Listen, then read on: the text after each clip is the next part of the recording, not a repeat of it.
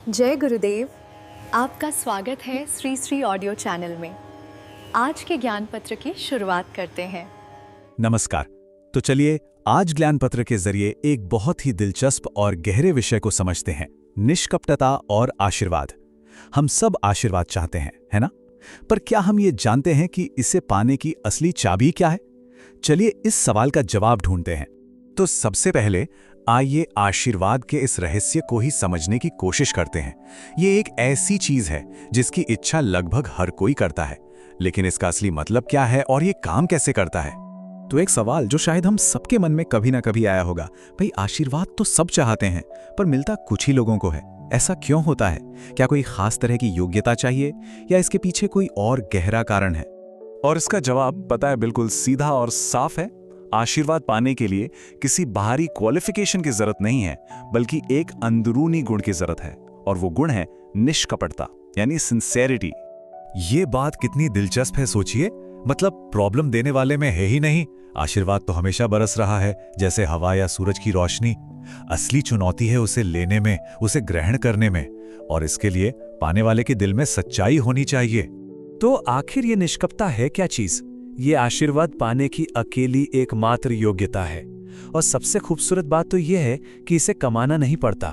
ये एक आजादी है, एक चुनाव है जो कोई भी किसी भी वक्त और कहीं भी कर सकता है, बस ईमानदार होने का चुनाव।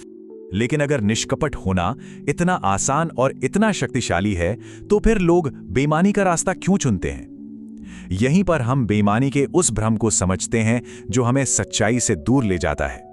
तो अगला सवाल यही है कि अगर निष्कपटता इतनी फायदेमंद है तो हम हमेशा ऐसे क्यों नहीं रह पाते?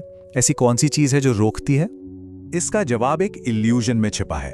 लोगों को लगता है कि बेईमानी से उन्हें कुछ छोटे मोटे टेम्पररी सुख मिल जाएंगे। बस इसी लालच में वो सच्चाई का रास्ता छोड़ देते हैं। पर सच तो इसके बिल्कुल उल्टा है। जब कोई निष्कपट होता है तो सारे सुख बिना किसी कोशिश के अपने आप मिलने लगते हैं। और पता है, यहीं से पूरा कॉन्सेप्ट एक नया मोड़ लेता है। निष्कपटता सिर्फ आशीर्वाद पाने के बारे में नहीं है, बल्कि ये सच्ची संपन्नता, ट्रू वेल्थ को समझने की भी चाबी है। और इसकी परिभाषा शायद वैसी नहीं है जैसी हम आमतौर पर सोचते हैं। यह संपन्नता को बिल्कुल अलग ही नजर से देखा गया है।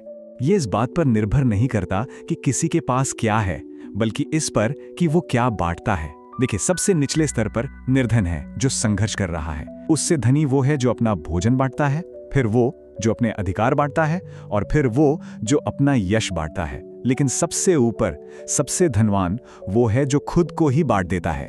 तो इसका मतलब साफ है, असली दौलत इकट्ठा करने में नहीं है, यह बैंक बैलेंस या प्रॉपर्टी के बारे में नहीं है। सच्ची संपन्नता इस बात से नापी जाती है कि दूसरों के साथ सब कुछ बांटने की क्षमता कितनी है। ये तो संपन्नता की पूरी परिभाषा ही बदल देती है। तो चलिए अब इन सारी बातों को जोड़कर देखते हैं।